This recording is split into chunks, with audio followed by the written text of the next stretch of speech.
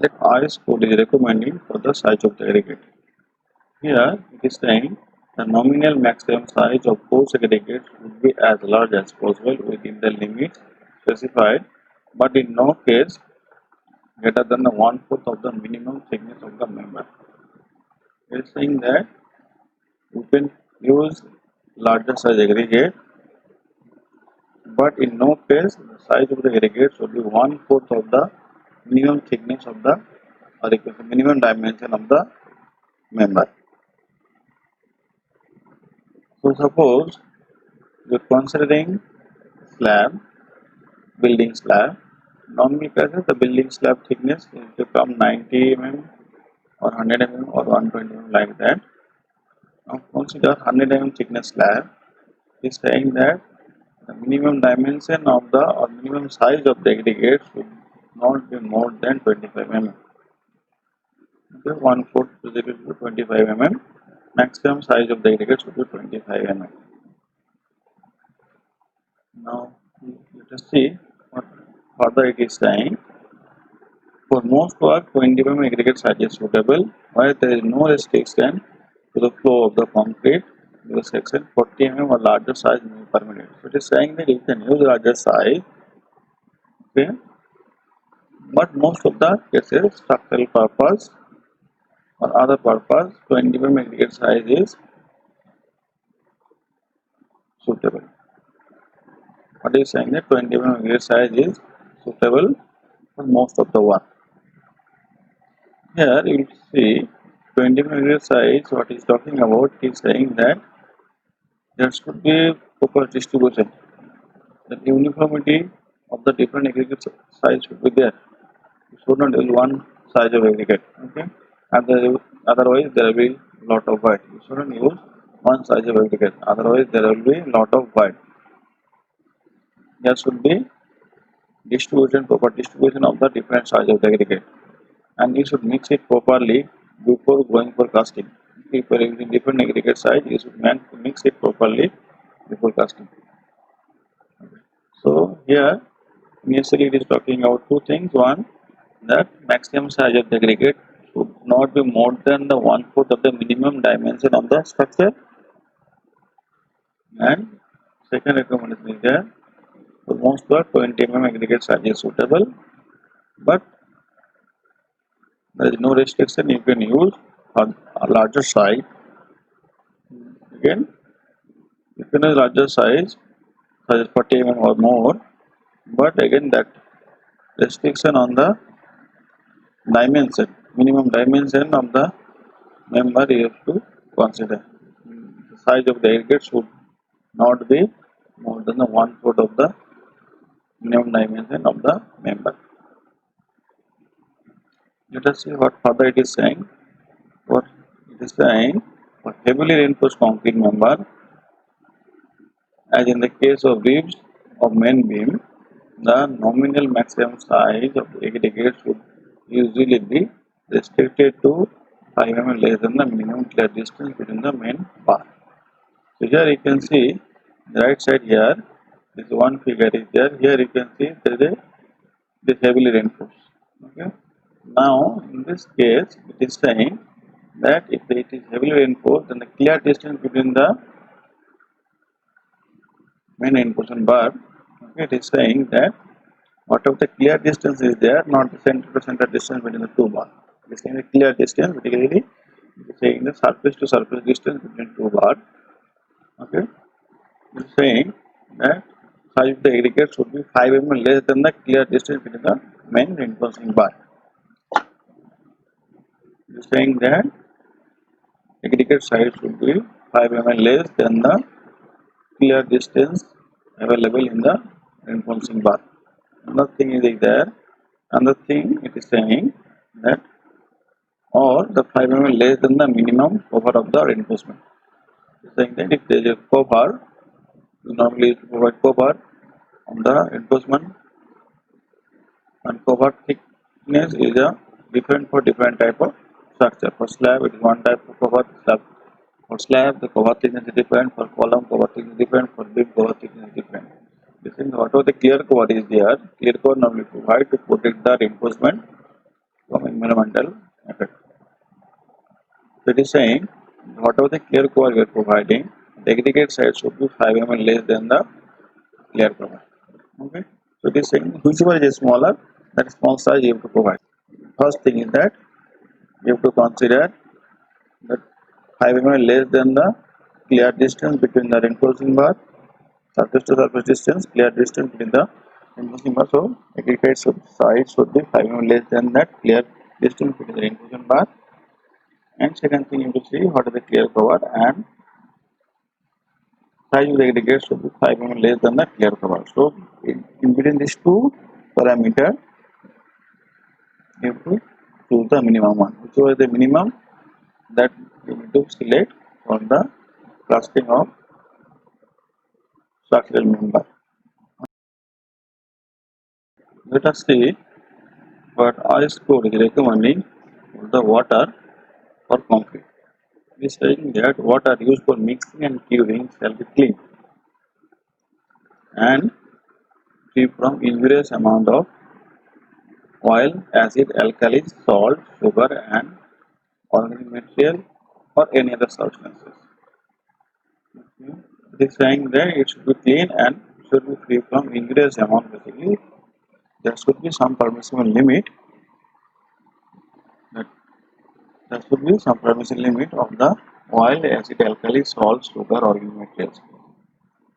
If the amount of this material is high, then that may not be suitable for mixing in the concrete. That's all the ingredient, all this material, or you can say all this, you can say that all this material, such as oil, acid, alkali, salt, sugar, may react with our ingredient in the cement. Okay, or you also may affect on the also affect the reinforcement. So all this material may affect the may react with the ingredient of the concrete, or also may react with the reinforcement. The performance of the concrete will be poor. It is saying that it should be free from injurious amount. So there should be some permissible limit. Again, it is saying that potable water is generally considered to be satisfactory for mixing. Now, see here, till now it is talking about mixing. It is saying the potable water, basically it is saying that drinking water, water which is suitable for drinking, is also suitable for mixing in the concrete. Okay, now here you may argue, then can I use RO water? Can I use filtered water? I can use, but in that case cost of the structure will be high. So here it is saying in drinkable water, then which is supplied by municipality or corporation, which is supplied by corporation or the municipality, that water is suitable for drinking, that also can be used for mixing in the concrete. Now here it is saying that the permissible limit is saying that in this amount, alkali, salt, all the organic material, whatever the material present in the water, the permissible limit is specified in the table 1. So we'll see the table 1, we'll see what is there. Now again it is saying that if you have doubt about the quality of the water, okay, then you should test it. If you doubt about the suitability of the water, you should test the concrete. It is saying that you should test, or it is saying that you should test for two things. One is the composition time and the initial setting time. It is saying that you just make two set of concrete. Okay, it is saying that two set of concrete. One is making of filtered water, and another is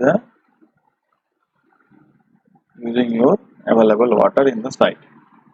Okay, and cast the cube of 150 mm size, and you test it in the at 20 days. You test it at 20 days and check the composition of both the. It is saying the average strength of the concrete which made of filtered water and average strength of that concrete made of side water, water which is available on the side should not give, match basically 90%. Okay, whatever the concrete you are producing at the side, or you can say using water at the side, the strength should not be less than the concrete which is made of filtered water. So it is saying if you have doubt, you can check it like this. Another thing is saying that pH value. It is saying that for pH value of the water should not be less than 6. Okay, so basically what concrete mixing the water should not be, the pH value of the water should not be less than 6. Now here there is no recommendation on the seawater. It is saying that mixing and curing of concrete with seawater is not recommended because of presence of harmful salt in the seawater. It is saying that you should not use seawater for mixing and curing. It is saying that again under unavoidable circumstances, suppose you are constructing near the sea, in that case if the water is, if the situation is unavoidable, in that case it may be permitted, but there should not be still. It is saying that it may be permitted for plain concrete. Okay, if reinforcement is there, if reinforced concrete, reinforced with steel, in that case it is not permitted.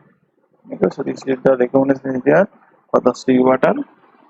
Seawater it can use for plain concrete, not for reinforced concrete. Now here we see the table 1. What it is saying that for organic material the permissible limit is 200 mg per liter. For inorganic material, permissible limit is 3000 mg per liter, and for the sulfate it is 400 mg per liter. So here you just see it is in the range of nearly 200 or 2000. Okay, one only 200, 400. So here we have to develop method to remember these things. Remember the permission limit for organic 200, and for the sulfate is 400 double. Chloride it is saying it can be 2000 mg per liter for the concrete not combined, not embedded stage. Okay, it is saying that if you are using plain concrete, in that case chloride limit should be 2000 mg per liter. For reinforced concrete, if reinforcement is there in the concrete, then the conversion limit is low. The chloride may react with the reinforcement and corrosion will occur, and that also will create problem. That will create problem, serviceability problem later on, and strain also issue. Okay, and also will create for the safety, because the reinforcement will lose the strength and there will be crack, the corrosion. It is saying the limit of that chloride is 500 mg per liter, and for suspended matter, the limit is 2000 mg per liter. So now here you have to develop some kind of methodology to remember those limit. The limit is changing for different parameter. You have to devise some methodology to remember this thing. One more thing is saying that the water found satisfactory for mixing also suitable for curing. So here it is saying that there is no need to. Here it is saying that there is no need to bother about the curing. The water which is suitable for mixing, that also found to be suitable for curing. Now we will discuss about the admixture.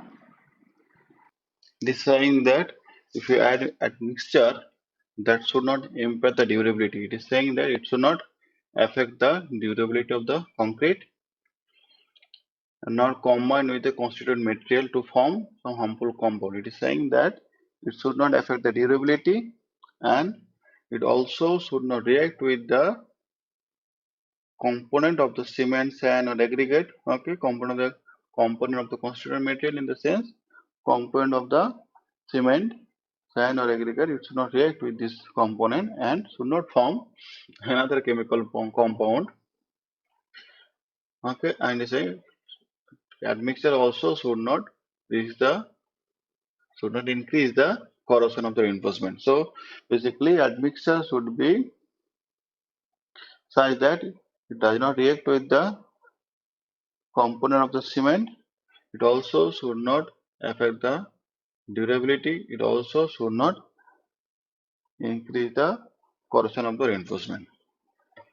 It is also saying that if you are adding admixture, then you also should test the workability, compressive strength, and the slam loss. Okay, basically you have to test with admixture and without admixture, and you have to check how much effect is there for the workability, compressive strength, and the slam loss of the concrete.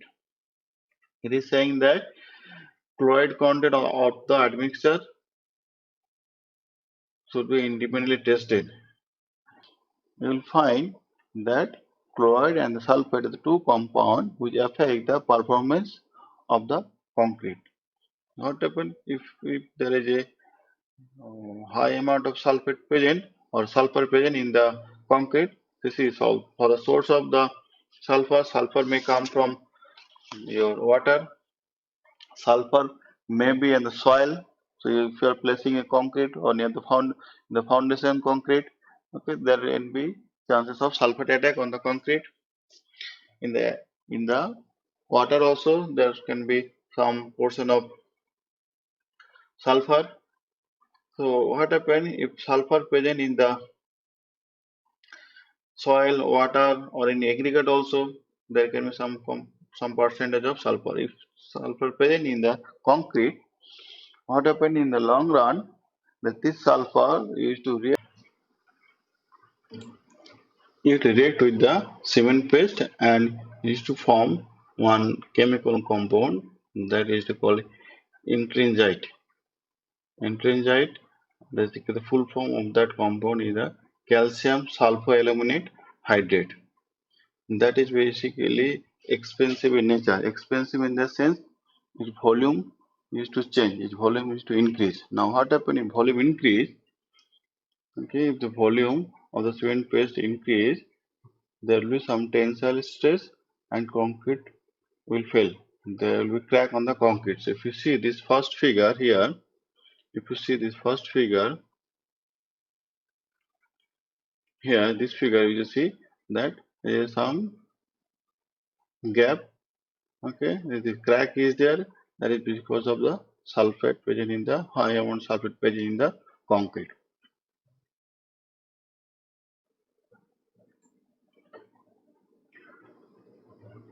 So another major component in the concrete, or you could say another major harmful component in the concrete is the chlorine. Here you also can see what is the recommendation for I score for the chlorine. The recommendation for I score for the chlorine is saying that the chloride of that mixture shall be independently tested. So since chloride is very harmful, or because the chlorine is very harmful, it is saying that you should test the admixture for the chlorine content before applying to the concrete. Okay. So why chlorine is very harmful? What happens? Chlorine used to react with reinforcement and corrosion is to occur. When corrosion is to occur, the reinforcement changes its volume increases, and also the reinforcement also losses its strength. Whatever the property was there, whatever the strength was there, with the corrosion, the reinforcement is to lose the strength. So since the reinforcement is lost the strength, the, the concrete or reinforced concrete also loses the strength. So suppose you design for some strength, and due to the corrosion of the reinforcement, the strength of the concrete reduces, so there is a high chance that will fail. Okay, there can be structural failure, or you will sometimes also find that swelling of the concrete.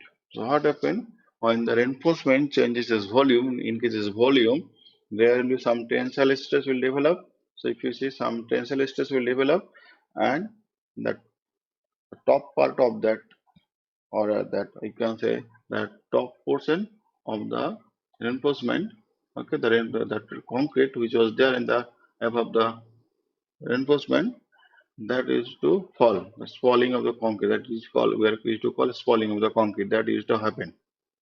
When the chlorine present in the concrete, when the chlorine present in the concrete, okay, initially there is some passive layer between the reinforcement and the concrete. So when we place reinforcement in the concrete, you will see here there is some passive layer is to form. The white color layer, that is basically one passive layer. You can say protective layer in the concrete, protective layer in the reinforcement is to form. Now what happens when the chlorine percentage is more? Initially it react with the passive layer, and you will see here the bottom one, and it react with the reinforcement. Once it started reaction with reinforcement, and its volume changes and also reduce the strength. So once you reduce the strength and volume increases, there will be some tensile stress will be there in the concrete, and concrete may fall. There will be some crack, and suddenly the falling, some portion of the concrete may fall. It will find the sealing case, that in the sealing case some portion of the concrete, small portion of concrete is to fall, and you will find when it fall, you will find that concrete is already corroded. Since chlorine and sulfur are the two major components which affect the performance of the concrete, we should be careful about the presence of chlorine and the sulfur or their compound present in the water, present in the aggregate, and present in the soil. And we also should be careful of the presence of chlorine on the admixture. Okay, because if the chlorine content is high, in that case, the chlorine will react with the reinforcement and also reduce the strain as well as the falling of the concrete will also will occur.